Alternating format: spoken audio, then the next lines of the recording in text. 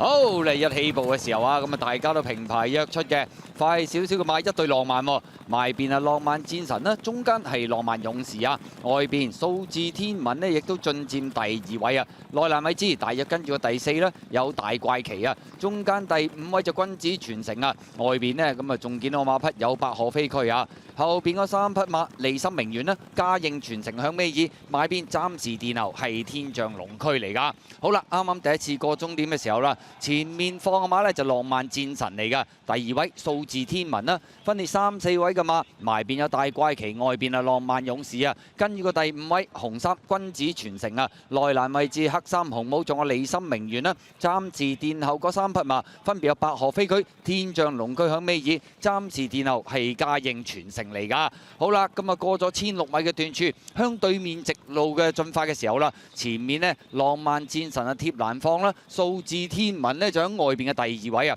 後邊嘅第3位啦，有大怪奇啦，咁啊上嗰啲口啊，一路鬥住第3啊，浪漫勇士依家咬住第4啊，第5位嘅馬有利心名媛啊，咁啊後邊嗰4匹馬君子傳承啦，尾3位置橙帽啊百賀飛駒，天象龍駒又上咗少少咯喎，響內欄尾3藍衫嗰匹啊，暫時殿後係嘉應傳承嚟嘅，向住1000米嘅段處進發啊，大家個位置變動上面喐動都唔大㗎，浪漫戰神仲係貼欄放嘅。數字天文就跟住第2位，大怪奇就第3啦，第4位外邊呢仲有浪漫勇士啊，埋邊第5利心名媛啦，後邊嗰4匹馬天象龍駒內欄尾4啊上咗少少，出邊有君子傳承啊，尾位置百賀飛駒啊，暫時殿後係嘉應傳承嚟㗎。好啦，轉彎入直路咁滯咯喎，前面浪漫戰神仲係佔先嘅，數字天文開始喺外邊呢就逼佢㗎啦，後邊嘅第3位有大怪奇擁咗浪漫勇士出去，埋邊利心名媛偷位上，後多層啊嘛，仲有天象龍駒啊，最後直路啦，前面浪漫戰神埋邊鬥緊數字天文啊，外邊浪漫勇士追緊，中間壓住嚟跑，仲有大怪奇啊，最後200米啦，見到透出仲係呢隻數字天文鬥緊呢隻浪漫戰神啊，外邊浪漫勇士上緊嚟，後邊嘅馬仲有大怪奇，最後100米都數字天文佔先，但係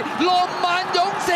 不乏王者本色，終點前將數字天文趕過，大怪奇第3，第4名呢好近㗎，埋邊浪漫戰神，出邊天象龍駒啊，咁啊真係再次見證到多一匹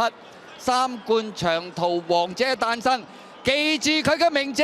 就係浪漫勇士啊！而今季浪漫勇士選擇留港出戰，咁啊結果計埋今場啊，先後已經橫掃咗6場頭馬，當中有5項係1級賽事添啊！而3冠長途王嘅系列，首先第1關董事杯，第2關香港金杯，嚟到第3關遮打杯，浪漫勇士都一能夠乘風克服挑戰。